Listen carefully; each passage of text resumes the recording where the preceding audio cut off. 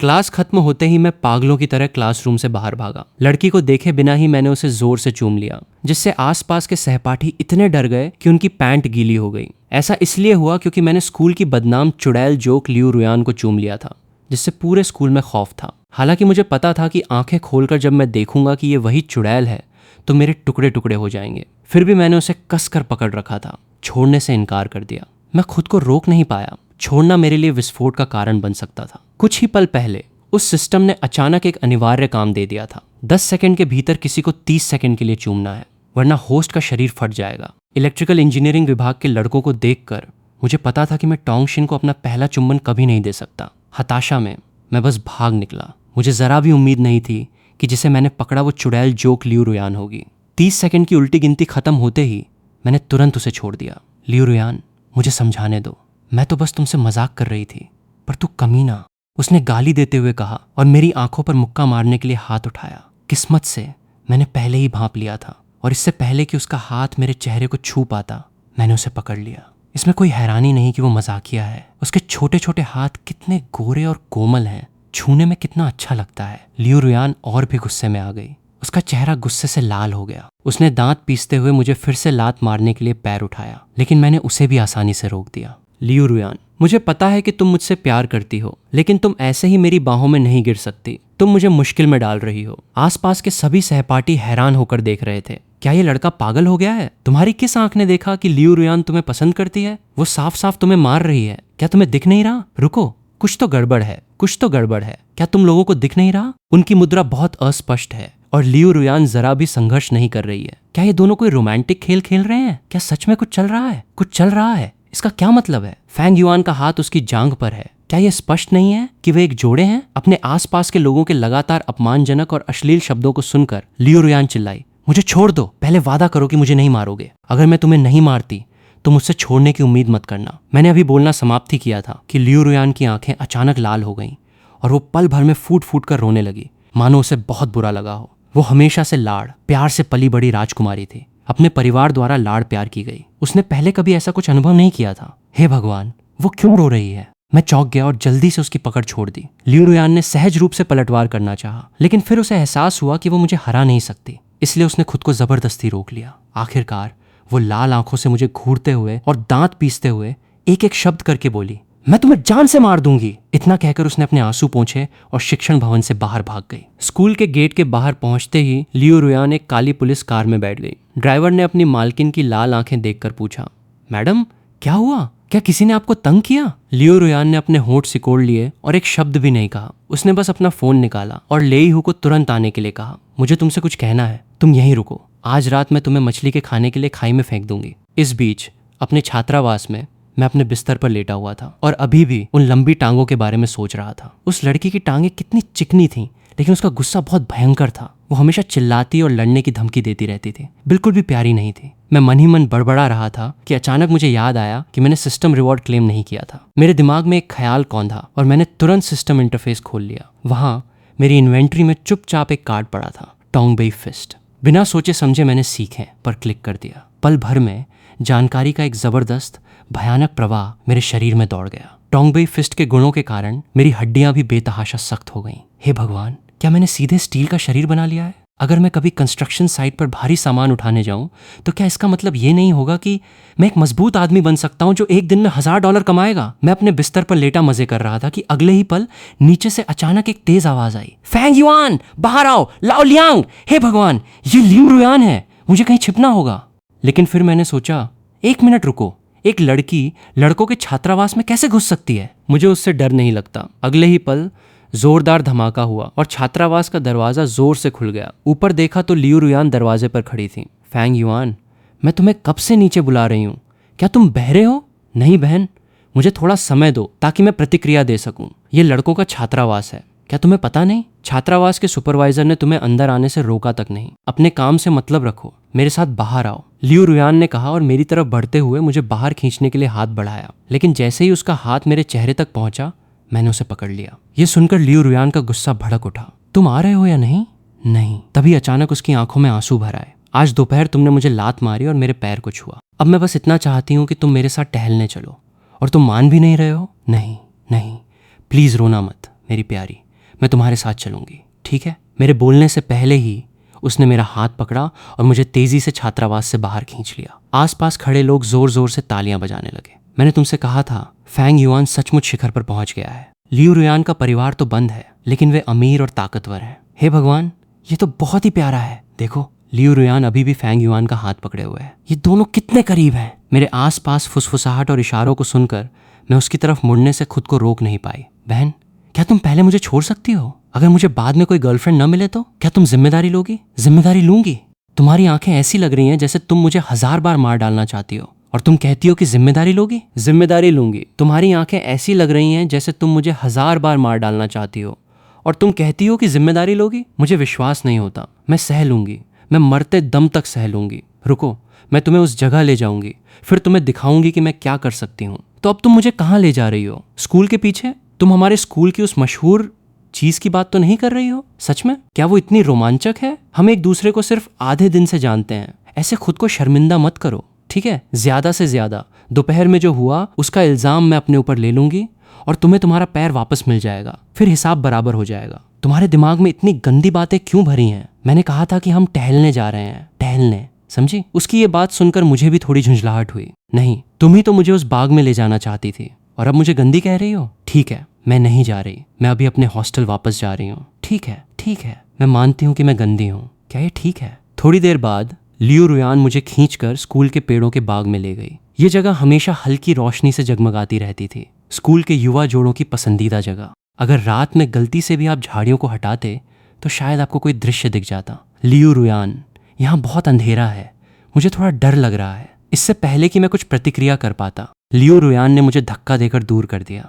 तुम गंदे आदमी, फिर से मेरा फायदा उठाने की कोशिश कर रहे हो, है ना? तुम्हारा क्या मतलब है तुम्हारा फायदा उठाना? मुझे तो बस अंधेरे से डर लगता है। यहाँ घना अंधेरा है, मुझे कुछ दिखाई नहीं दे रहा। बहुत बढ़िया, ले ही हूँ, बाहर आओ और इसे पीट दो। इससे पहले कि मैं कुछ प्रतिक्रिया कर पाता, वो एक पल के लिए थोड़ी झुकी और अगले ही पल शेरनी में बदल गई। मुझे अपना मुंह खोलने का भी समय नहीं मिला कि मुझे पीछे से एक जोरदार मुक्का लगा। सौभाग्य से मेरी शारीरिक क्षमता पहले से ही चरम पर थी। मैंने आसानी से एक कदम पीछे हटकर मुक्के से खुद को बचा लिया, जिससे लेईहू अचंभित रह गया। उसने सांडा में 40 साल तक प्रशिक्षण लिया था, और फिर भी वो एक कॉलेज छात्रा के हमले से बच गया। लियू रुयान भी अवाक रह गई। अंधेरा होने के कारण दिखाई न देना, क्या कहते हो? अरे, क्या तुम में जरा भी खेल भावना नहीं है? मुझे बचते देख लियू रुयान का गुस्सा और भड़क उठा। अगर आज मैंने तुम्हारी अच्छी पिटाई नहीं की तो मैं ये अपमान बर्दाश्त नहीं करूंगी। लेईहू, इसे बांध दो। बिना कुछ कहे लेईहू ने अपना पैर उठाया और मुझे लात मारी। मैं भाग्यशाली थी कि उस मुक्के से बच गई। देखते हैं इस बार क्या करते हो। लेकिन अगले ही पल एक जोरदार आवाज हुई और लेईहू अपना पैर पकड़कर दर्द से चीखने लगा। लियू रुयान, तुमने जो नौकरानी रखी है वो अच्छी नहीं है। शायद तुम्हें उसे घर भेजकर दूध पिलाना चाहिए ताकि वो खुद को बेवकूफ न बनाए। मेरे ताने सुनकर लियू रुयान बिल्कुल बेखबर लग रही थी। उसका चेहरा अब पूरी तरह से हैरान था। लेईहू उसके परिवार के शीर्ष योद्धाओं में से एक था, फिर भी वो मेरे एक भी वार का सामना नहीं कर सका। वो मुझे घूरने से खुद को रोक नहीं पाई। फैंग युआन, क्या तुमने पहले मार्शल आर्ट का अभ्यास किया है? कुछ हद तक, ज्यादातर ऑनलाइन खुद से सीखा है। वैसे भी तुम मेरी प्रणाली को नहीं समझ पाओगे बड़ी बहन। तुम्हें अंदाजा नहीं है कि ए लेवल मार्शल आर्ट वास्तव में कितना शक्तिशाली होता है। अगर तुम मेरे सामने दिखावा करने पर अड़ी रही तो अगली बार मैं 18 ड्रैगन पाम्स के पूरे सेट का इस्तेमाल करूंगी और देखूंगी कि क्या तुम फिर भी चक्कर खाओगे। कोई और सहायक? अगर नहीं तो मैं वापस सोने जा रही हूँ। देर रात तक जागना सेहत के लिए बहुत बुरा है। लियू रुयान मेरी जाती हुई आकृति को देखती रही। गुस्से से उसका मन कर रहा था कि वो अपने दांत पीस डाले, फिर भी वो कुछ नहीं कर सकी। लेकिन मैं अभी ज्यादा दूर नहीं गया था कि अचानक लियू रुयान मेरे पीछे से चिल्लाई, और उसी समय वो जानी पहचानी आवाज मेरे दिमाग में गूंज उठी। एक नया मिशन जारी किया गया है, लियू रुयान को खतरे से बचाओ। मिशन पूरा करने के बाद आपको इनाम का पहिया घुमाने का एक मौका मिलेगा। क्या आप इसे स्वीकार करना चाहते हैं? अगर मैं स्वीकार नहीं करती तो क्या होगा? यह अपने आप शुरू हो जाएगा। स्वीकार करो, स्वीकार करो, स्वीकार करो। मैं स्वीकार करती हूँ, ठीक है? स्पैरो किलिंग सिस्टम हमेशा मुझे डराने के लिए मेरे शरीर को विस्फोट करने की धमकी देता है। मैं कैसे मना कर सकती हूँ? अगली बार मुझे बस डिफॉल्ट मिशन दे दो, बकवास मत करो। प्राप्त हुआ। होस्ट स्वचालित स्वीकृति मोड में चला गया है। दूसरी ओर लियू रुयान समुद्र में बुरी तरह संघर्ष कर रही थी। यह एक बंद शहर है, तुम मुझे बांधने की हिम्मत भी करते। वो आदमी तुरंत हंस पड़ा। मिस लियू, बस इतना ही? हमने आपको पकड़ लिया है। हमें सिर्फ पैसे की परवाह है, रुतबे या खानदान की नहीं। चाहे आप लियू परिवार से हो या झोउ परिवार से, बेहतर होगा कि आप आज्ञाकारी होकर हमारे हाथों में लेट जाएं। अगर मालिक का आदेश न होता कि आपको हाथ न लगाएं। बोलते ही उस आदमी ने अपना हाथ आगे बढ़ाया, लेकिन इससे पहले कि उसका हाथ लियू रुयान के चेहरे या बाह को छू पाता, उसे तेज दर्द हुआ। आप लोगों को पैसे की परवाह है, लेकिन मैंने अभी तक उसका चेहरा भी नहीं छुआ है। आपकी हिम्मत कैसे हुई उसके साथ ऐसा करने की? ली मांग दर्द से करा उठा। धिक्कार है, ये बदमाश कहाँ से आ गया? चौथे और पांचवें भाई, जाओ और इस बच्चे की टांगें तोड़ दो। मैं अपनी आंखें घुमाए बिना नहीं रह सकी। तुम गुंडे सब एक जैसे क्यों हो? हमेशा किसी की टांगें तोड़ने की चाहत रखते हो। क्या बड़ी टांगें रखना कोई पारिवारिक परंपरा है? मेरे पीछे खड़ी लियू रुयान ने जल्दी से अपनी आवाज धीमी करते हुए मुझे याद दिलाया कि ये दोनों बहुत कुशल हैं। लेयू को उन्होंने 2 ही वार में बेहोश कर दिया था। ठीक है जान, बस वहीं खड़े रहो और मेरा प्रदर्शन देखो। मैं मुस्कुराई और सिर हिलाए बिना सीधे उन दोनों आदमियों की ओर बढ़ गई। लियू रुयान मेरी पीठ को देखती रही, थोड़ी हैरान। मैं तो सच में थोड़ी भावुक हो गई हूँ। क्या हो रहा है? ये तो दुष्ट और निर्दयी लोगों का समूह है। क्या फेंग युआन को मुझसे फांसने का डर नहीं है? लेकिन उसकी भावुकता 2.5 सेकंड से ज्यादा नहीं टिकी। चौथे और पांचवें भाई जमीन पर पड़े थे। मैं मुड़ी और लियू रुयान के पास वापस चलते हुए बोली, रास्ता कैसा है? जान, मैं सुंदर लग रही हूँ या नहीं? इतनी नखरेबाजी मत करो, पहले मुझे आजाद करो मिस। लेकिन जब मैं अभी उसकी रस्सियां खोल ही रही थी, ली इमांग मेरे पास आ चुका था। मैंने सिर तक नहीं उठाया और शांत स्वर में कहा, भाई तुम में से बचे हुए 10-4 लोग मेरा मुकाबला नहीं कर सकते। अगर तुम्हें अपनी भलाई चाहिए तो यहाँ से चले जाओ। अगर नहीं गए तो मैं सचमुच नरसंहार शुरू कर दूंगा। लेकिन ली इमांग न केवल नहीं गया, बल्कि उसने ठंडे स्वर में अपना हाथ भी घुमाया। मेरा गुस्सा भड़क उठा। धिक्कार है, मैंने तुम्हें पहले ही चेतावनी दे दी थी और तुम फिर भी नहीं रुकोगे। बच्चे, देखते हैं इस बार तुम्हारी अकड़ कितनी दिखती है। भाई मैं तो बस मजाक कर रहा था। मैं लियू रुयान को फिर से बांध दूंगा। फिर मैंने खुद को भी बांध लिया। भाई ये तो वाकई बहुत मजबूत है, तुम भी इसे आजमा कर देखो कितना कसता है। मैं रोने ही वाला था। ये बेवकूफ़ी भरा सिस्टम वाकई मुसीबत है। पहले इसने मुझे सबके सामने किस करने पर मजबूर किया और अब ये मुझे लियू रुयान को बचाने पर मजबूर कर रहा है। अब तक तो मैंने उसे बचाया भी नहीं है और खुद मुसीबत में फंस गया हूँ। मालिक, सब तय हो गया है। पैसा कब आएगा? चिंता मत करो। जब तक लियू परिवार शहर पर कब्जा नहीं कर लेता तब तक इंतजार करो। जमीन का वो टुकड़ा छोड़ दिया जाए तो आपको अपने आप ही पैसे मिल जाएंगे। इसी बीच लियू परिवार के महल का एक नौकर ऊपर भागा। श्रीमान लियू, कुछ गड़बड़ हो गई है। क्या आप शांत नहीं हो सकते? युवती के अंगरक्षक सन्नू ने फोन करके बताया कि युवती का अपहरण हो गया है। फैंगचेंग में लियू रुयान का अपहरण करने की हिम्मत किसने की? तभी मेरा फोन बज उठा। नमस्कार श्रीमान लियू, आप कैसे हैं? मैंने सुना है कि आपने शहर के केंद्र परियोजना पर अरबों खर्च कर दिए हैं। झोउ जियांग, आपने मेरी बहन का अपहरण कर लिया? अरे श्रीमान लियू, आप क्या कह रहे हैं? मुझे समझ नहीं आ रहा। मैं बस आपको ये बताने के लिए फ़ोन कर रहा हूँ कि जिस ज़मीन पर हमारे झोउ परिवार की नज़र है उसे छोड़ देना ही बेहतर है। कहीं ऐसा ना हो कि मेरी तलवार गलती से आपको घायल कर दे। श्रीमान लियू, कृपया इस पर विचार करें। अगर मैंने आपको दोबारा फ़ोन किया तो शायद मैं ठीक से बातचीत न कर पाऊँ। क्लिक, फ़ोन कट गया। लियू लिंचुआन की भौहें गहरी सिकुड़ गईं। उन्होंने चेन मो को जांच करने का आदेश दिया। अगर कोई नतीजा नहीं निकला तो उसे मेरा सिर मेरे पास लाना चाहिए। इस बीच सुनसान कारखाने में लीमा ने मुझे कई बार लात मारी। शांत रहो भाई। गाड़ी में इतनी देर बैठने से मेरे पैर थोड़े सुन्न हो गए हैं। हंसने की हिम्मत कैसे हुई?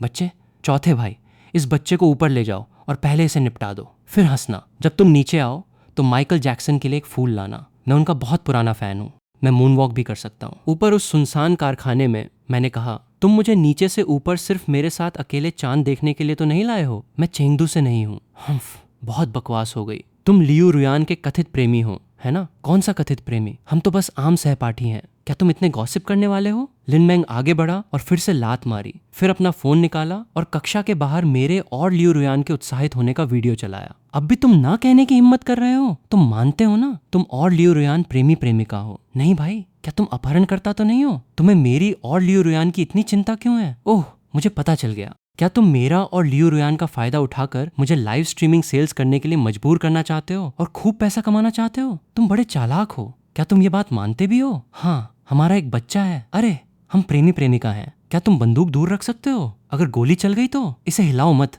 बॉस, क्या तुमने सुना? ये लड़का सच में लियू रुयान का प्रेमी है। मामले को साफ सुथरा रखो। पुलिस को इसे ढूंढने मत दो। फेंगचेंग विश्वविद्यालय से एक छात्र गायब है। ये बहुत बड़ी समस्या होगी। इससे सबका ध्यान जरूर आकर्षित होगा। मेरी लड़की को चुराने की हिम्मत कैसे हुई? तुम मुसीबत में पड़ जाओगे। हथियार मत इस्तेमाल करो, वरना बहुत बड़ी मुसीबत हो जाएगी। मेरे पास बस यही एक बंदूक है। मैं इसे इस्तेमाल करने से हिचकिचा रहा हूँ। अगर मैं मारा गया तो मेरी सारी गंदगी साफ कर देना। लड़के, मुझे दोष मत देना किसने कहा था मुझसे पंगा लेने को? क्या तुम्हें सच में लगता है कि तुमने मुझे घेर लिया है? सिर्फ एक बंदूक, इससे तो काम आसान हो जाता है। मैं तो बस अंदाजा लगा रहा था कि ली मांग के पास सिर्फ एक बंदूक है। मुझे उम्मीद नहीं थी कि ये बेवकूफ खुद को बेनकाब कर देगा। ये सुनकर ली मांग तुरंत गुस्से में आ गया और उसने फिर से बंदूक मेरे सिर पर तान दी। तुम्हें लगता है कि एक बंदूक तुम्हें नहीं मार सकती? लेकिन इस बार मैं जरा भी घबराया नहीं था। मैंने तो अपना माथा बंदूक की नली से सटा दिया। पहली बात तो ये कि उसके बॉस ने उसे बंदूक इस्तेमाल न करने का हुक्म दिया था, और दूसरी बात, युवती लियू रुयान गायब थी। उसका भाई शादी करवाने का दीवाना था। उसने जरूर ठिकाना पता कर लिया होगा। गोली चला, बेवकूफ! ये सुनकर ली मांग तुरंत डर से कांप उठा और सोचने लगा, तो क्या हुआ? अब तुम बंधे हुए हो, मैं तुम्हें लात मारकर जान से मार सकता हूँ। उसके बोलने से पहले ही मैंने रस्सियां खोल दी। बेवकूफ, मैंने इन्हें खुद बांधा है, मैं इन्हें ऐसे ही नहीं खोलूंगा। ली मांग पूरी तरह से घबरा गया। उसे बस इतना पता था कि मैं उसे मुर्गी की तरह कुचल सकता हूँ। ली मांग ने तुरंत गोली चला दी, लेकिन मैं वहां नहीं था। उसकी जगह मुझे ली मांग का पैर टूटने की आवाज सुनाई दी। मेरी आंखों में बदले की आग दौड़ गई। तुमने मुझे 3 बार लात मारी, तो तुम्हें अपाहिज करना मेरा हक है ना? नीचे खड़े गुंडे जोर से हंसे। एक और जिंदा दिल जिंदगी चली गई। बूढ़े, तुम तो हद ही कर रहे हो। तुमने उसे सीधे मार डाला। अगर दुश्मन तुम्हारी तरफ आकर्षित हो गए तो क्या होगा? मुख्य गोली हुआंग जियाओ को लगी है। दुश्मन कहां से आएगा? चलो इसे जल्दी खत्म करते हैं। मैं शायद कल पैसे लेकर भाग जाऊंगी। इन लोगों की बातें सुनकर लियू रुयान वहीं जम गई। दी युआन मर गया।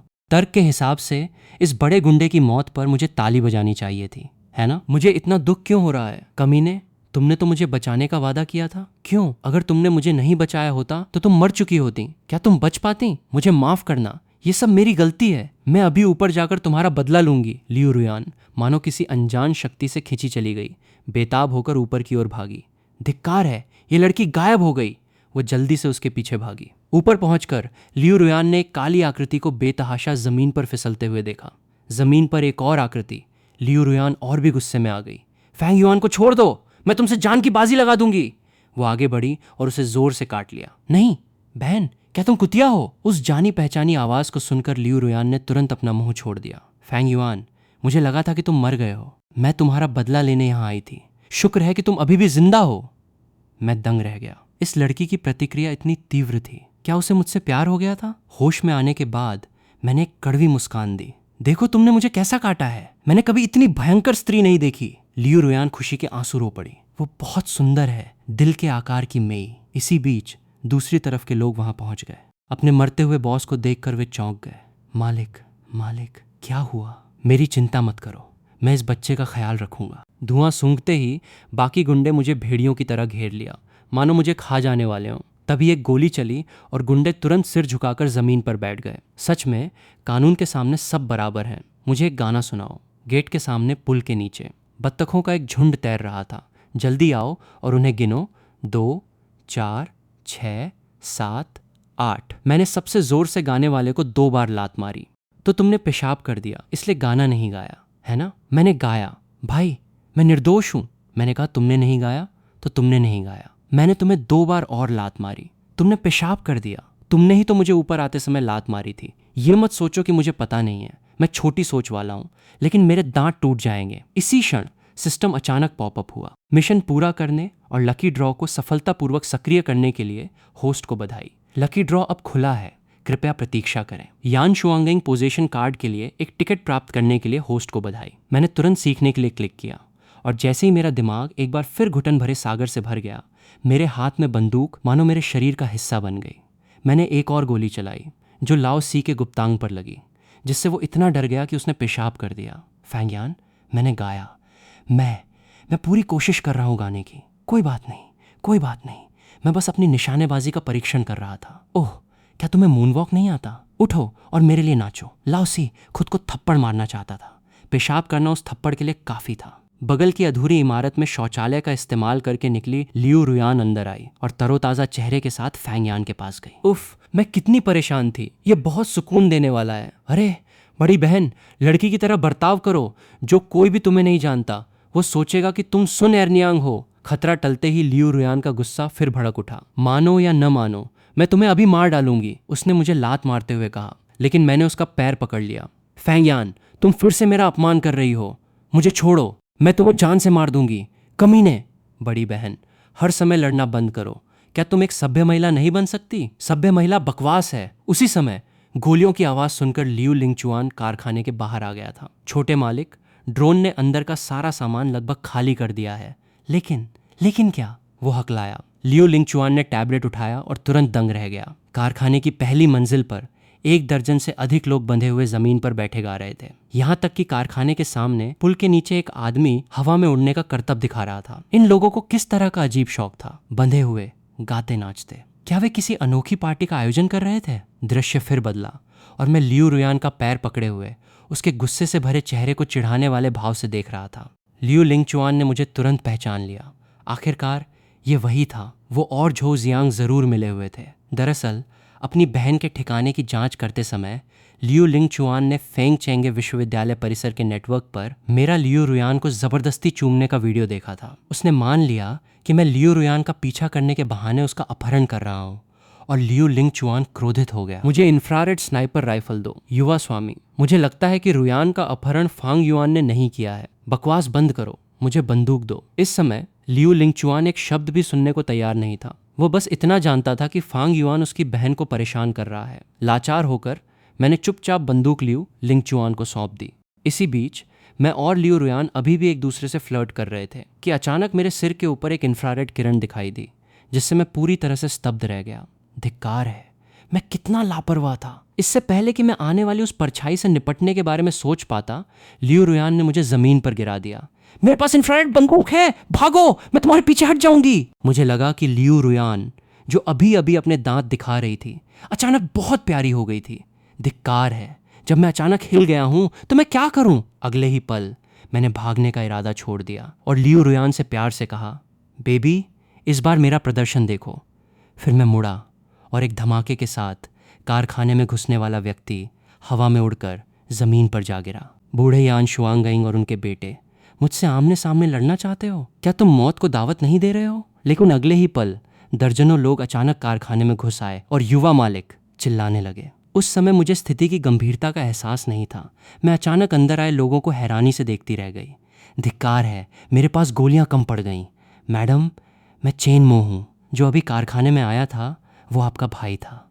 वो आपको बचाने आया था। मेरा भाई? धिक्कार है, मैंने अपने जीजा को पल भर में मार गिराया। सच में बहुत दर्द हुआ। उस लड़के का निशाना कमाल का था। अगर मैंने बुलेट प्रूफ जैकेट न पहनी होती तो आज मैं अपनी परदादी से मिल रही होती। भाई, क्या तुम ठीक हो? लियू रुयान ने जल्दी से लियू लिंगचुआन को जमीन से उठाया। वो परेशान दिख रही थी। तुम्हें अभी भी याद है कि मैं तुम्हारा भाई हूँ? उस लड़के ने तुम्हें बहुत परेशान किया। मैंने उस पर इंफ्रारेड बीम डाली ताकि तुम उसे पीट सको और अपना गुस्सा निकाल सको, और तुमने तो बस अपनी कोहनी मोड़ ली। दरअसल जब लियू लिंगचुआन अभी आया तो उसने उन दोनों को ध्यान से देखा। वे आपस में झगड़ रहे थे और एक दूसरे को खींच रहे थे। साफ तौर पर छेड़छाड़ कर रहे थे। अपहरणकर्ताओं जैसे बिल्कुल नहीं लग रहे थे। वो अपनी बहन को इस आदमी से परेशान होते हुए नहीं देख सका, इसलिए उसने इंफ्रारेड बीम उसकी ओर कर दी ताकि वो उसे पीट सके। दूसरी ओर लियू रुयान ने तुरंत उसे पकड़ लिया और अपनी जान देकर उसकी रक्षा की। वो पुरानी कहावत क्या है, बेटी उस पेड़ की तरह होती है जो बड़ा होकर घर छोड़ देता है। बिल्कुल वैसी ही हो तुम, लियू रुयान। क्या मुझे पता नहीं था कि तुम ही हो? मुझे लगा था कि तुम अपहरणकर्ताओं की साथी हो। फैंग युआन आज मुझे बचाने की कोशिश में लगभग 2 बार मरते मरते बचा, इसलिए मैं सोच रही थी, ठीक है, अब और मत समझाओ। लियू लिंगचुआन ने अपनी आंखें घुमाई और फिर मेरी ओर देखा। बच्चे, तुमने निशानेबाजी कहाँ से सीखी? फैंग युआन हंसा। क्रॉसफायर बहुत खेला है। लियू लिंगचुआन को शक था कि मैं पहाड़ों से आया हुआ कोई बेजोड़ उस्ताद हूँ। आखिर उपन्यासों में तो ऐसा ही लिखा होता है। लेकिन उस दोपहर जब वे मेरी बहन के बारे में पता लगा रहे थे तो उन्होंने मेरी पृष्ठभूमि की भी पूरी छानबीन की। मुझे कोई महान निशानेबाज नहीं मिला था जिसने मुझे निशानेबाजी सिखाई हो। एकमात्र संभावना यही थी कि वो क्रॉसफायर बहुत ज्यादा खेलता था। मैंने सुना है कि तुमने मेरी बहन के साथ सबके सामने छेड़छाड़ की। ऐसा कैसे हो सकता है? लियू रुयान के साथ मेरा रिश्ता तो बिल्कुल दोस्ती का है। तुम इससे इनकार करोगे, है ना? तभी लियू लिंगचुआन ने अपना फोन निकाला और एक वीडियो चलाया। मुझे ये समझाओ। 5 लोगों को जोश से एक दूसरे को चूमते हुए इस हाई डेफिनेशन वीडियो को देखकर मैं लगभग पागल हो गया। धिक्कार है, क्या तुम लोग व्यस्त नहीं हो? हमेशा जोड़ों को एक साथ दिखाने में लगे रहते हो। इसे देखकर लियू रुयान का चेहरा एकदम लाल हो गया। भाई, ये गलतफहमी है। क्या गलतफहमी ये है कि तुम दोनों ने किस किया, या ये कि उस लड़के ने तुम्हारी जांग छुई? छोटी बच्ची, तुम अभी भी उस लड़के का बचाव क्यों कर रही हो? मैं तुम्हें बदला लेने में मदद कर रहा हूँ, क्या तुम्हें पता नहीं? लेकिन साफ तौर पर लियू रुयान को समझ नहीं आया। भाई, बस यहीं छोड़ दो, मैं बालिग हूँ। उसने मेरा फायदा उठाया और फिर मुझे अपने काम से मतलब रखने को कहा। उफ, मैं इस लड़के को कल रात खाने पर घर ले जाऊंगी।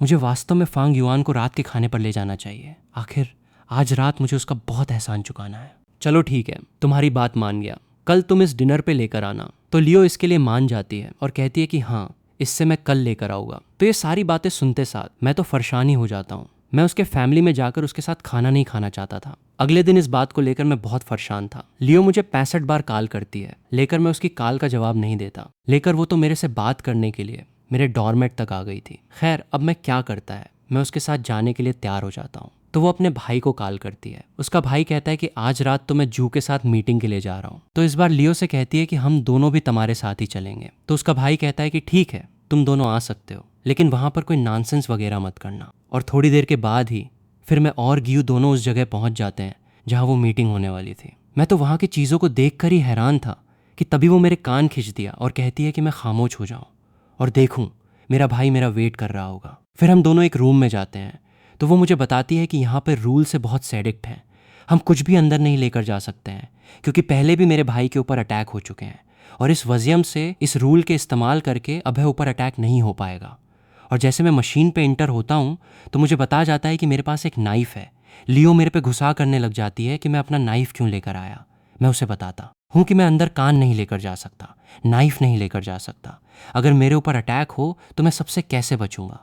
तो लियो मेरे ऊपर गुस्सा करने के बजाय अब शांत हो जाती है। तो उसे शांत देखते साथ ही मैं भी अब अंदर थोड़े बहुत उसके लिए फीलिंग्स महसूस कर रहा था। फिर मैं अपना नाइफ उस सिक्योरिटी वाले बंदे को ले देता हूँ और कहता हूँ कि इसे संभाल कर रखना। मैंने मार्केट से 5.5 जॉन का खरीदा था। अगर तुमने इसे गुम कर दिया तो मैं तुमसे 6 जॉन लूंगा। फिर मैं लियो का हाथ पकड़कर अंदर जा रहा था तो वो अपनी आंखों पर हाथ रख लेती है। उससे बहुत शर्म आ रही थी। हम दोनों फिर गैलरी में घूम रहे थे तो वहाँ की चीज़ों को देखकर मैं हैरान था कि तभी मेरी नज़र एक कैलियोग्राफी पर पड़ती है। मुझे वो फैमिलियर लगती है। उसके बारे में मैं लियो से डिस्कस करता हूँ तो लियो मुझे यही कहती है कि मैंने एक नाइफ खरीदा जो 5.5 जॉन का था। तो मैं इतना गरीब हूँ तो ये कैलियोग्राफी जैसे चीज़ों में ना ही पढ़ो तो अच्छे है, लेकिन फिर भी मैं ये सब को देख कर कन्फ्यूज़ था कि तभी मेरी नज़र एक और ऐप पर पड़ती है जो कि सीढ़ियों से नीचे आ रही थी। तो मैं उससे फॉर्मल बात करने लगता हूँ, लेकिन लियो को ये पसंद नहीं आता। वो कहती है कि ये यहाँ के जनरल मैनेजर है, मैं उससे ऐसे फॉर्मली बात नहीं कर सकता। लियो मुझे फिर साइड पर लेकर जाती है और ये समझाने की कोशिश करती है कि अगर मैंने मैनेजर सोप से पंगा लिया तो फिर मेरी खैर नहीं। वो यहाँ की चीज़ों को मैनेज करती है और कोई भी उसके साथ पंगा नहीं ले सकता। तो उसे मेरे लिए इतनी ज़्यादा फिक्र करते देख मैं उससे कहता हूँ, तुम मेरी इतनी ज़्यादा फिक्र क्यों कर रही हो? कहीं आशा तो नहीं है कि तुम मुझे लाइक करने लग गई हो? तो वो खामोश हो जाती है और फिर मुझे कहती है कि तुम्हें किसने कहा कि मैं तुम्हें लाइक करती हूँ? तो ये सब कुछ देखते हुए मिस्ट्रियस जू भी अपने फ़ोन निकालती है और किसी को कॉल भी बताती है कि आज मैंने कुछ ऐसा देखा जिसके बारे में कभी मेंशन भी नहीं किया था। और दूसरी इस तरफ मैं और लियो फिर उस रूम में पहुंच जाते हैं जहां मीटिंग चल रही थी। तो लियो का ब्रदर फिर उन लोगों के साथ हमारा इंट्रो करवाता है। लियो ने इग्नोर करती है तो इस पर जू को गुस्सा आ गया था। तो लियो का भाइयों से समझाता है कि तुम्हें जहां गुस्सा करने की ज़रूरत नहीं है। अंकल तैन फिर लियो को वेलकम करते हैं। हम यहाँ आपसे माफ़ी मांगने के लिए आते हैं और उम्मीद है कि आप हमें माफ़ कर देंगी। लियो को ये देखते ही हंसी आ जाती है और वो फिर अंकल तैन को कहती है कि मैं जू फैमिली के कुछ लोगों को पूरी रात किडनैप करूं और अगले दिन आकर आपसे माफ़ी मांगो तो आपको कैसा लगेगा? तो अंकल तैन के चेहरे पर अब थोड़ी सी शक सा आ जाता है। वो ये बात समझ चुका था कि लियो को मनाना पड़ेगा और फिर वो जू तैन को कहते हैं कि तुम यहाँ मौजूद हो तो जल्दी से नील डाउन हो जा और मिस लियो से माफ़ी मांगो।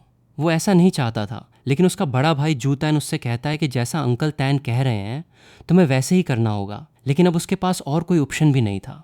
गुस्सा तो था लेकिन फिर भी वो नील डाउन होता है, मिस लियो से माफ़ी मांगता है। मुझे ये सब कुछ समझ में नहीं आ रहा था और मैं फिर लियो को कहता हूँ कि ये यहाँ पर क्या ड्रामा चल रहे हैं। तो तब भी लियो मुझे बताता है कि कल इसने हमें किडनैप किया था, वो यही था। मुझे तो ये सुनता ही बहुत गुस्सा आता है तो मैं उससे एक ज़ोर से किक दे मारता हूँ, लेकिन लियो बीच में मुझे रोक लेती है। मैं भी अब अपने गुस्से पर कंट्रोल नहीं ढक पा रहा था कि तब भी सिस्टम मुझे टास्क दे देता है और इस टास्क को बड़ा इनाम भी मिल सकता है। जू ये सब कुछ देखकर हंसना लग जाता है। उससे पता था कि मैं उसके कुछ भी नहीं बिगाड़ सकता है और वो मुझे परभोग करने की कोशिश करते हैं। मैं भी लियो के हाथ से बाज जाता हूँ और जल्दी से जाकर उसके प्राइवे को भी ये देखते हैं। उससे आ जाता है और वो मेरी तरफ इशारा करते हुए कहता है, तुम्हारा दिमाग खराब हो गया है, क्या तुम हमारी फैमिली को मारना चाहते हो? वो फिर अपना फ़ोन को ढूंढता है, किसी को कॉल मिलाना लगता है। तो लियो का भाई उससे हमें मालूम हो गया था कि मिस्टर हैन कोई आम पर्सनैलिटी नहीं है और वो फिर मिस्टर तैन पे खुसा करते हुए कहते हैं कि इसमें पर्सनल होने की ज़रूरत नहीं है, अगर लियो वाला अच्छा काम कर रहे हैं तो तुम्हें उनके बिजनेस में टांग गड़ाने की क्या ज़रूरत पड़ गई। तो मिस्टर टैन तो अब खामोश ही हो जाते हैं। वो ये बात जानते थे कि असली तो लियो फैमिली के लोग इस प्रोजेक्ट के लिए केपेबल हैं। तो मिस्टर टैन को यही कहते हैं कि अगर मुझे ऐसी कोई और ख़बर मिली कि तुमने किसी को ब्लैकमेल करने की कोशिश की है, उन मेरे से बुरा कोई नहीं होगा। फिर उन दोनों से बातों ये डिस्कस हो जाते हैं। फिर वो मेरी तरफ देखते हैं, मिस्टर हैं, मेरा नाम पूछते हैं।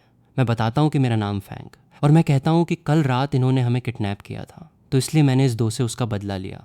तो मिस्टर है मेरे ऊपर हुस्सा करने की बजाय मुस्कुराते हैं। वो जानता था कि मैं कितना लॉयल हूँ। तभी कुछ 10 मिनट ही हुए थे कि एम्बुलेंस आ गई थी और फिर वो सू को हॉस्पिटल ले जाते हैं। मुझे उसे मारने के चक्करों में पुलिस ने बगड़ दिया था। जब सू को इसका बारे में पता चला था तो वो भी पहुंच करता है। तो वो लियो के भाई को कहता है कि जो कुछ भी किया मेरे भाई ने किया, इसमें मेरी कोई गलती नहीं है, मेरी फैमिली की कोई गलती नहीं है, तो तुम हमें बर्बाद करने पर क्यों तुले हो। लेकिन लियो का भाई तो उसकी एक बात सुनने को तैयार नहीं था कि तभी फिर त्यान उसे बताता है कि असल में हम वही फैमिली के पपट हैं। अगर तुम इसमें से बचने का मुझे मौका दो तो मैं वही फैमिली की इन्फॉर्मेशन तुम्हें दे सकता हूँ। लियो का भाई वहाँ से जाने लगता है। तो तभी त्यान उसे बताता है कि 2 साल पहले तुम्हारे डैड ड्रैगन सिटी गया थे, तुम जाना नहीं चाहोगे। या आखिर वो उधर क्या करने गए थे। वो ये बैट इसलिए लगा रहा था कि उसे अपनी साइड पे कर सके। लेकिन लियो का भाई उसे कहता है कि अगर तुमने कोई और गड़बड़ की तुम्हारी खैर नहीं। कि तभी फिर एक लड़की आती है और लियो का भाई को बताती है कि लियो पाक चुकी है। तो उसे अब अपनी बहन की फिक्र होने लग गई थी। तो वो इधर उधर लोगों को इकट्ठा करता है और फिर लियो को कॉल करता है, पूछता है तुम कहाँ चली गई। तो वो यही बताती है कि मुझे उसे ढूंढना होगा, उसकी वजन से मैं बच पाई, और उसने जो को लात मारी थी वो इस वजन से मारी थी क्योंकि मुझे किडनैप किया गया था। उसने मेरे बदला लेने के लिए उसे मारा और मैं यही पुलिस के पास जाकर सब कुछ एक्सप्लेन करूंगी। लियो का भाई उसे समझाने की कोशिश करता है कि इससे चीज़ें और ज़्यादा कॉम्प्लिकेट हो सकती है, लेकिन लियो उसकी एक नीच सुनती और यही कहती है कि उसने मेरी जान बचाए तो मुझे उसे बचाना होगा। लियो का भाई ने कभी भी अपनी बहन को इतना साथा सीरियस नहीं देखा था। तो वो कहते हैं कि लगता है कि तुम उससे प्यार कर बैठी हो। तो आगे से वो लाल होते हो। वो कहते हैं कि नहीं, तुम ये क्या कह रहे हो। लियो जान चुका था कि उसे अब फैंक की परवाह है। तो वो फिर लियो का भाई उसे कहता है कि ठीक है, रात तक मैं सब कुछ सेटल करने की कोशिश करूंगा। रात को 12 से पहले ही वो जेल से बाहर होगा। दूसरी साइड मिसो को पता चल गया था कि अंदर मी मिस्टर हैं, पर उसे कहते हैं कि तुम्हारी बॉस को 13 साल पहले मैंने एक बॉलेट डॉज करके बचाया था, और ऐसे ही समझो कि एक दफ़ा फिर से मैं उनकी फैमिली के ऊपर फेवर कर रहा हूँ, क्योंकि उनकी फैमिली भी मेरे ऊपर फेवर थी और अपने बॉस से प्यार कर बैठे हैं, तो काल पर बात करने वाली हैं। दूसरी औरतों से ये कहते हैं कि अगर फैंग लियो से प्यार कर बैठा है तो इसमें कोई बुराई नहीं है, वो फैमिली के लोग अच्छे हैं और हमें भी अब उनकी लॉयल्टी को चेक करना होगा, ताकि अब तो चीज़ें और भी ज़्यादा इंटरेस्टिंग होती जा रही हैं। तो दूसरी साइड हम पुलिस स्टेशन में फैंग को देखते हैं, जिसे सिस्टम की आवाज़ सुनाई देती है कि उस दे अपने टास्क को कंप्लीट कर लिया है। उससे एक बड़ा टर्न टेबल मिला था। तो तब भी एक लॉटरी ओपन होती है। तो तब भी सिस्टम उससे कहता है कि कॉन्ग्रेचुलेशन, आपको माइंड रीडिंग कार्ड मिला है। इससे वो कार्ड स्किल सीख सकता है, दूसरों के माइंड को रीड कर सकता है। मैं जैसे ये उस कार्ड को गलिक करता हूँ तो मुझे पता चलता है कि मैं अब मेरे पास ऐसी सत्रंत आ चुकी है कि किसी बंदे के भी माइंड हो, मैं 10 मिनट में पढ़ सकता हूँ, और ऐसा मैं एक दिन में 3 दफ़ा कर सकता हूँ। तो ये सुनते ही मैं बहुत खुश हो गया था। मुझे अपनी लाइफ में ऐसी स्किल चाहिए थी, वो स्किल मुझे मिल गई थी, तो इसलिए खुश होना तो बनता ही था। तो गाइज अभी तक बस इतना ही एपिसोड्स आया है, इसलिए मैं नेक्स्ट बार इससे भी तगड़ी वीडियो बनाऊंगा। तो कमेंट में बताओ कि रोमांस वाली वीडियो चाहिए या फिर सिस्टम वाली, जल्दी बताओ और सब्सक्राइब कर लो। ओके।